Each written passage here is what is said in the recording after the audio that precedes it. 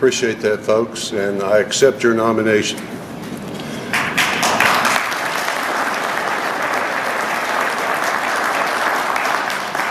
And I'm compelled to use a couple of minutes of my time to thank a few people. You can't hear? How about that? Is that better? Yes. All right. How about now? I want to thank my wife, Joan, of course, for standing by me for 38 years, and my daughter, Joanna, for flying here from L.A. to be with me when she could be doing so many other things. But today, I want to speak to you in defense of liberty. I speak for liberty.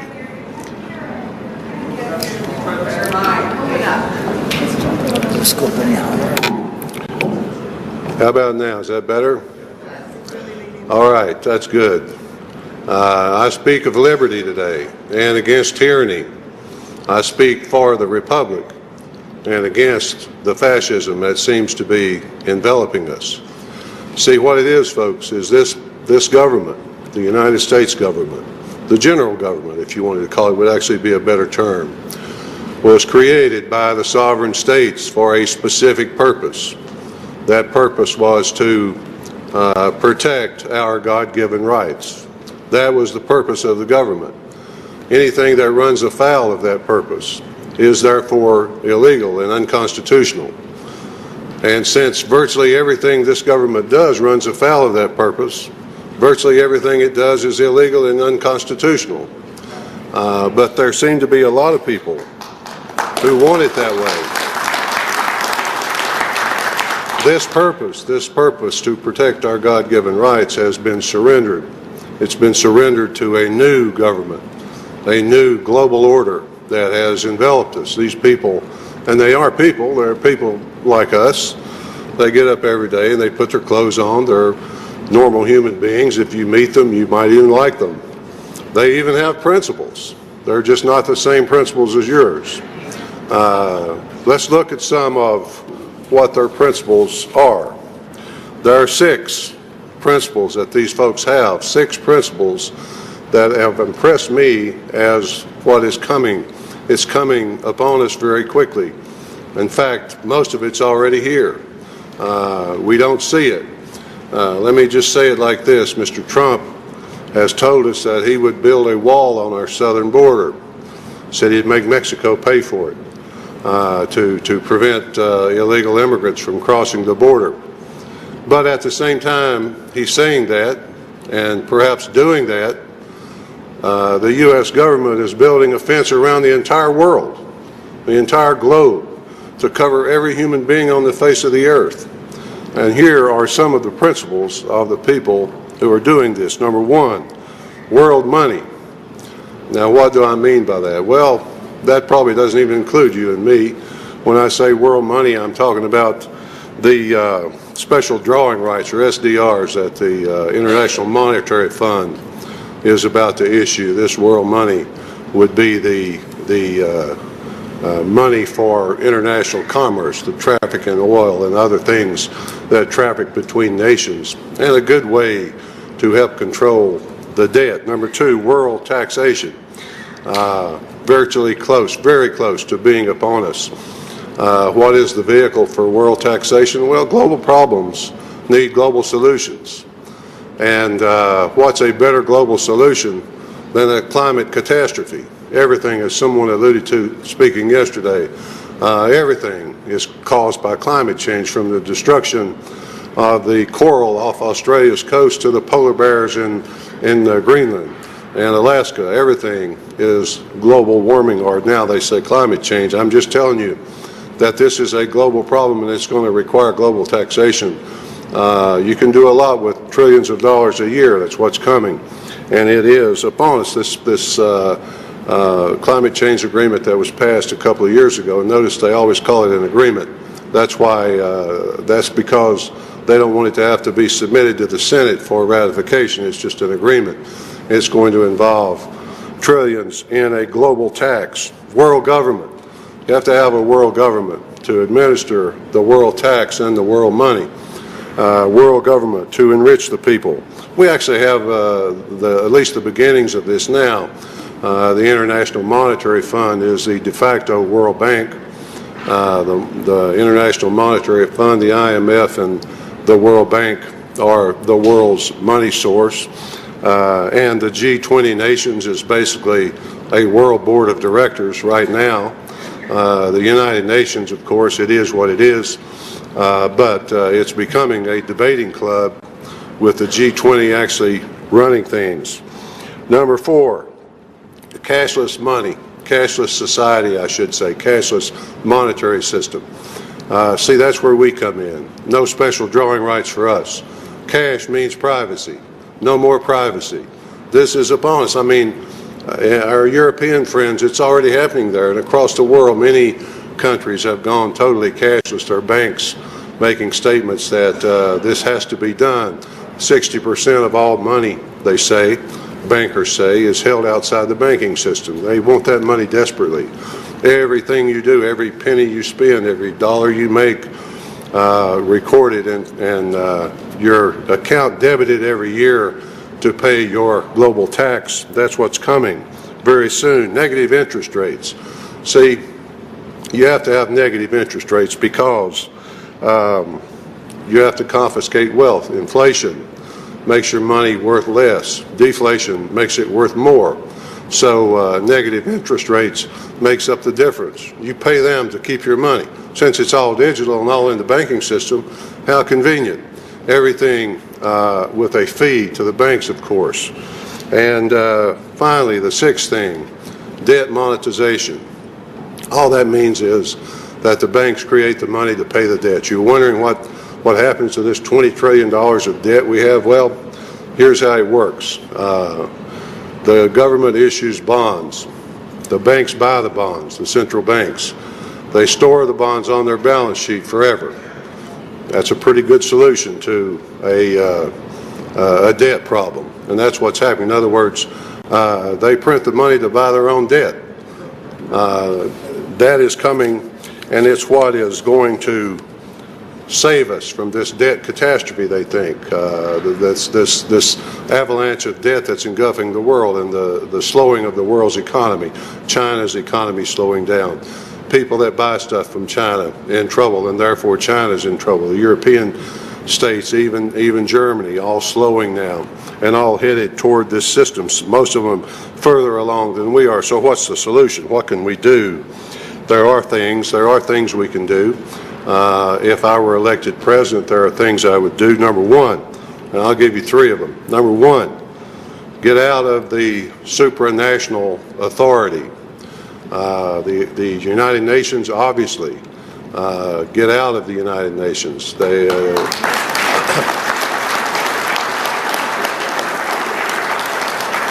but the lady from Al Jazeera asked me a minute ago about NATO, what's your feelings about NATO? And I told her it's outlived its usefulness, if it ever had usefulness. And I think it did at one point. I mean, at the end of World War II, we probably honestly thought that Russian tanks were going to come rolling across the German border at any moment. The Germans still look eastward every once in a while when they hear some traffic, I suppose. But there are 28 nations in NATO. We're only one of them. But we fund it, and that allows the other 27 nations to use their GDP to fund their welfare programs. It's time that ended. That's my view anyway. Number 2, in the Federal Reserve, a different monetary system.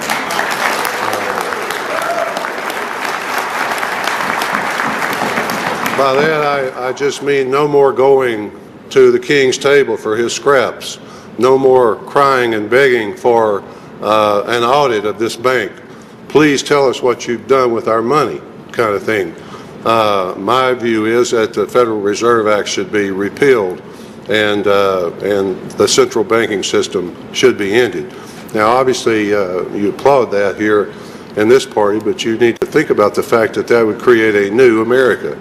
All of a sudden, we would have to start asking how we're going to pay for things. $1 trillion here and $1 trillion there, as Sam Ervin said back in the Nixon years. Sooner or later it adds up to real money. Real money would be real money. Number three, something has to be done about the debt problem. Solving the debt problem is no small thing. Unless we do, we're always going to be slaves to our creditors. It's right in the Bible, folks. It says the borrower becomes the lender's slave. That's very true. And there are many people out there to whom this government is beholden. Creditor nations like China and so forth. But I don't want to portray China as the bad guy here. I'm just saying we've got to do something about the debt, most of it owed to the central banking world. So there's an inroad for you. So through our Charter of Liberty, the Constitution, the sovereign states delegated only 17 powers to the general government, only 17. And it is their failure, the failure of the 50 sovereign states, to keep this government under control, this unconstitutional usurpation of those powers that has led to America's decline, in my view. It's the failure of the states to emphasize to the federal government that they are the creatures and the federal government is the created. And they cannot, the federal government would be brought under control if we would just do one thing, and that is change our taxing policy, change our monetary system along with it. But if we really followed a constitutional tax as set out in Article 1, Section 9, Paragraph 4, the states would be responsible for collecting taxes, and it would be out of the hands of those in Washington. In other words, Washington would go to the states for the money rather than the other way around. The states would not have to worry about saying, how are we going to fund our budget? Because if you wanted a $4 trillion budget like we have now, if you have 10% of the country's population, it would be, okay, ante up $400 billion. And the states could collect that however they saw fit. As a gentleman pointed out yesterday, in Alaska it might be a tax on their natural resources, on their petroleum industry or whatever. In Hawaii it might be tourism. In Florida it might be tourism. And in Tennessee, I don't really know what it would be, but we have some things in Tennessee that we could tax for sure. We could start charging the 6 million people who come to the Smoky Mountain National Park $10 each or something like that. But the fact is the states could collect the money as they see fit. Power of Washington would be greatly diminished and people would be free. No more scrounging for dollars to give the IRS, no more calls saying if you don't pay it by tomorrow we're going to padlock your business, things like that. Now, it's appropriate for us to take a minute and look at some of the other candidates, some of the Democrat and Republican candidates, to see where they stand in this global system as compared to our constitutional world. First, we have Hillary Clinton. Mrs. Clinton told us where she stands on the Constitution just a few days ago. She made a statement, and she said, some of you probably remember it, she said, unborn persons have no constitutional rights. That's what she said. Unborn persons have no constitutional rights. Well, I beg to differ. The Constitution says nothing about a right to abortion, but in two different places it says that no person may be deprived of life, liberty, or property without due process of law. It says that in two different places in the Bill of Rights. So obviously Madam Clinton is wrong about that. I hope that statement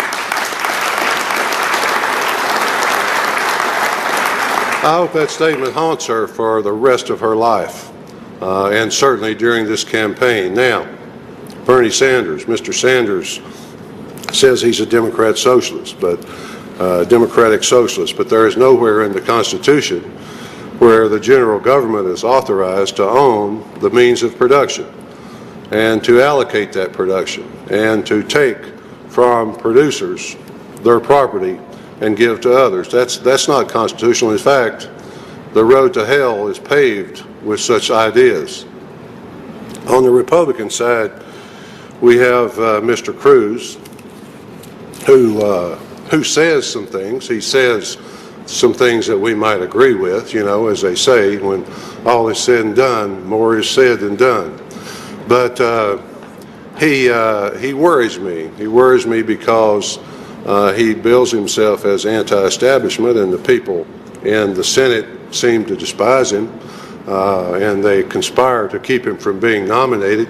I think he's being used as a hammer against Mr. Trump, and then when Mr. Trump is hammered into submission, the nomination will be handed to someone besides Mr. Cruz. That's just my view. Obviously, that's just a guess from being a political observer, but he is very close to things that I am leery about. He's very close to the Council on Foreign Relations. In fact, he's married to it. He's very close to Goldman Sachs. In fact, he's married to them. That worries me. How can you say you're anti-establishment when your wife is on leave from Goldman Sachs? I don't get it. Anyway, Mr. Trump. Mr. Trump also says some things I agree with. In fact, he seems to actually care about the American people and wants to do what he thinks is right by them. He thinks, as a businessman, he wants to do what he thinks is right. In other words, he has no principle that guides him. He is not a person, as I am, who would say the Constitution is my principle and it is my limit. It tells me the limits of my power as president. It tells me what I can do and what I can't do. It is the guide, the Charter of Liberty, the rule of law. He doesn't have anything like that. It's just what he thinks is right.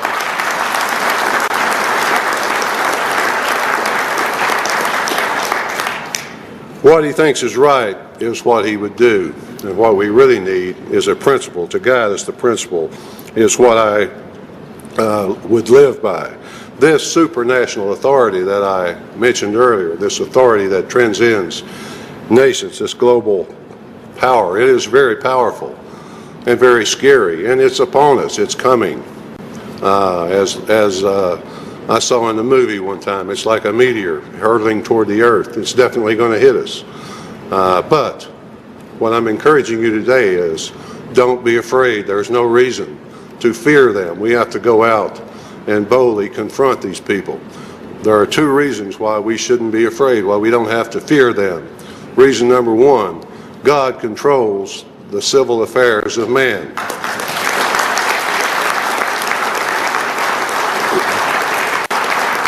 God may not favor us. We have to face that. God may not lift me up and make me president. And if he decides that a wicked ruler is to rule over America, he must have some reason for that. If he decides that Hillary Clinton will be president of the United States, he must have decided that's all we deserve. So we don't have to fear it either way. We can take the view, what's our job here? To be faithful. Our position is to be faithful.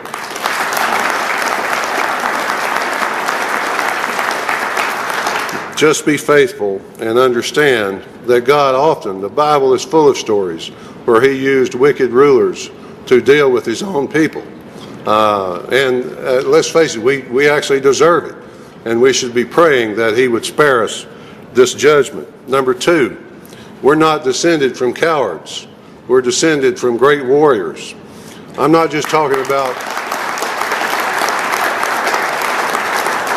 talking necessarily about our fathers and grandfathers, although they were warriors too in their own right, many of them. Go back further. Many of you know, if you're some of my podcast sufferers, that I tend to lapse into history from time to time. But if you go to the nation of Scotland right now, and you go up in the northern part of that island, you'll see monuments to where people fought Vikings. The Vikings raided all along the British coast and all across northern Germany and into the Baltic countries. And these people were vicious warriors. But our relatives fought these people. And when they heard that the Vikings were coming, they didn't cower in their houses in fear.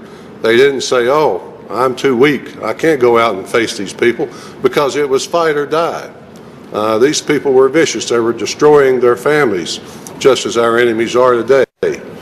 So our ancestors, stripped naked, painted their bodies, got their swords and their spears, and went down to the beaches to wait for the Vikings. And when it was over with, the ones that survived went back to the mead halls and they drank their mead from the skulls of their enemies. Those are our ancestors. Now, we are many, they are many and we are few. That's what we're told. The enemy is many. How can we face them? We are so few. Did you know that less than 1,000 young men saved the British Empire from conquest by the Nazis? And with it, all of civilization. Less than 1,000 men.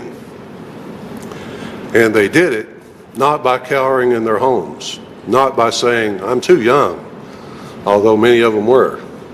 I'm too weak, I'm too sick, I'm too old, I'm too tired, I'm too broke, I'm too poor. They did it by getting up every day, and climbing in those hurricanes and Spitfires and going out into the sky to face 10 times their number. 1 out of 6 of them died in the effort, but they saved England, and they saved all of civilization. That's what can be done if you have inspiration and you have leadership. The enemy is many, but U.S. Marine Corps General James Mattis is credited with saying, the war is not over until the enemy says it is. We can declare it over, we can say it's over, but he gets a vote. Well, we need to tell our enemies today that this war is not over until we say it is.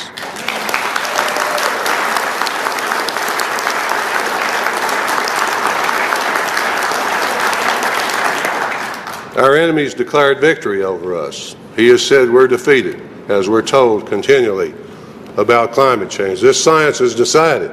They want to put us in jail if we disagree about climate change now. But nevertheless, this war is not over. Now, I heard an interview the other day. You can find it on YouTube with one of these British flyers I was telling you about. A young man, 20 years old during the war, climbed in his Spitfire every day and shot down a whole bunch of German airplanes. He was being interviewed today, still alive, and they were asking about this and the fact that so many people died in the struggle. He said it was easy for us. It wasn't hard. It was easy for us to do it. We were fighting for our neighborhoods. Think about that. They were fighting for their neighborhoods. Well, we're fighting for our neighborhoods, aren't we? I mean, the enemy's in our neighborhoods. He's in our homes. He's in our schools, our churches, our government. He's everywhere. And that's what we're fighting. We don't live in history, though. All those people who fought Vikings, those flyers, they all fall back into history. As Leo Tolstoy said, now is the only time over which we have dominion. It's the only time that matters because we have power over it. Now is the time. Is it too late? The situation's desperate. Is it too late? I don't think it is, folks. That's my position anyway. I don't think it's too late to save America.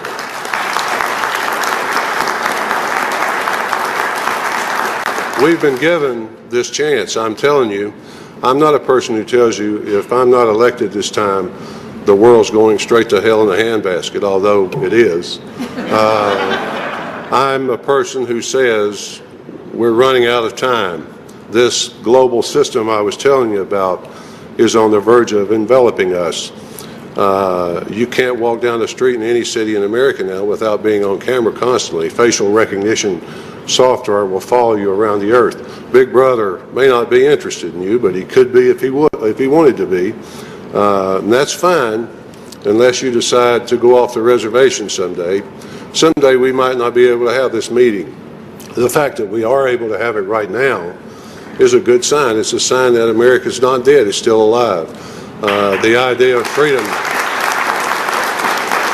is still out there. Soon, this meeting might not be possible. Some of us are getting a little long in the tooth now. There's a lot of gray hair out there. It's important that we strike now. It's important that you help me in this cause. I'll tell you this, I'll promise you this. I'll give you two promises. I'm a politician now, I guess, so I can make promises. Promise number one is that every time some poor grandmother gives me $20, I'll treat it like the precious commodity that it is.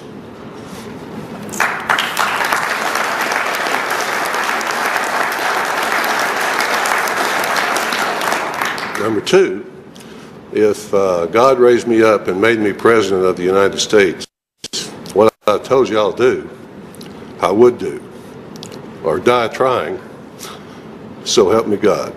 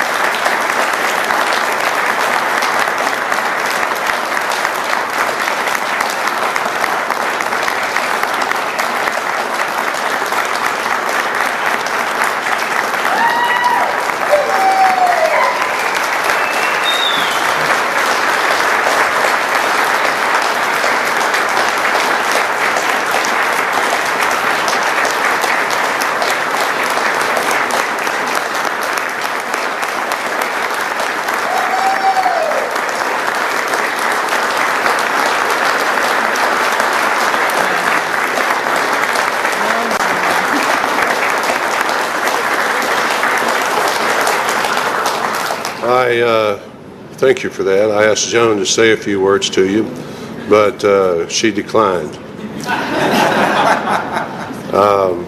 I appreciate every one of you. You're my people. As I told you yesterday, I've never been ashamed of you. So, that's it, folks. That's all there is.